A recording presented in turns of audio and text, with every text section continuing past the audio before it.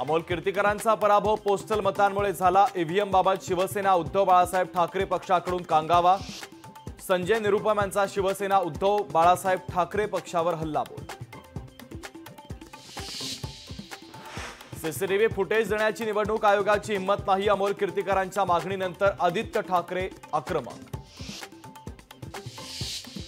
करीना मध्यवर्ती ग्रंथालय भूखंड गैरव्यवहाराच्या प्रकरणामध्ये छगन भुजबळांना न्यायालयाची तंबी। सुनावणी पुढे ढकलण्याचा अर्ज कोर्टाने फेटाळला।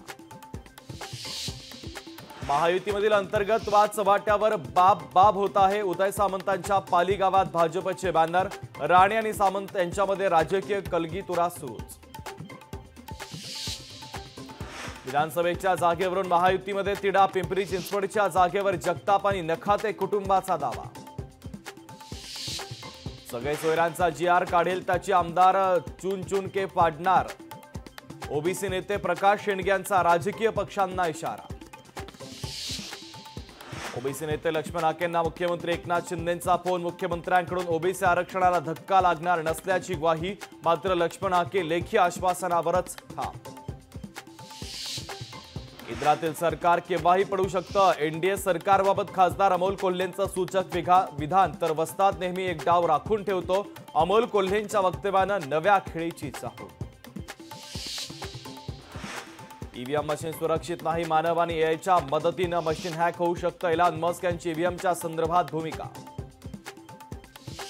राजधानी दिल्लीमध्ये पाणी संकट। भाजपच्या वतीनं मटका फोड आंदोलन। तर भाजप कार्यकर्त्यांनी जलबोर्ड कार्यालयाची केली तोडफोड।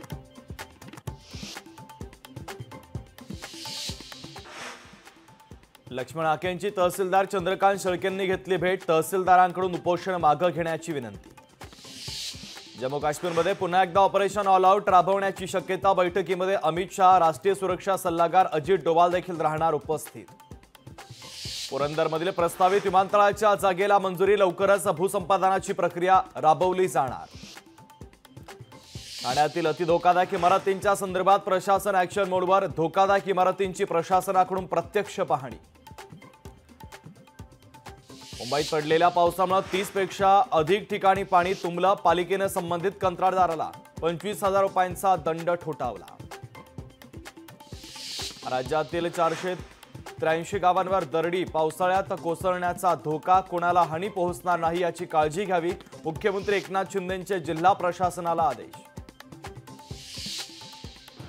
भारतातील सर्वात वजनी बोकडाचा मान सातारला। बोकड तब्बल 170 किलो वजनी। बोकड पाहण्यासाठी देशभरातून गर्दी। साईबाबांना 42 लाख रुपयांचा सोन्याचा मुकुट अर्पण। साई भक्तांकडून साई चरणी 648 ग्रॅम वजनाचा सोन्याचा मुकुट अर्पण। हिंगोलीमध्ये वादळी वाऱ्यासह अनेक भागातील पावसाची हजेरी। पावसामुळे शेतकऱ्यांना मोठा दिलासा।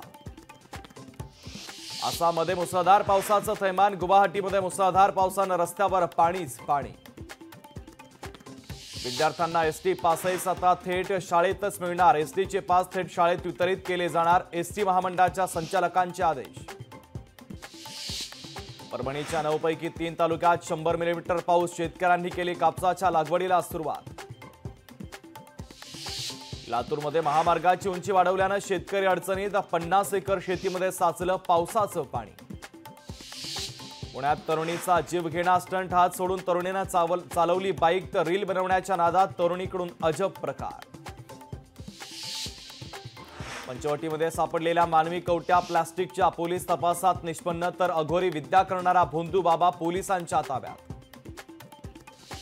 शाही मराठी ऐका, पहा, जागरूक रहा।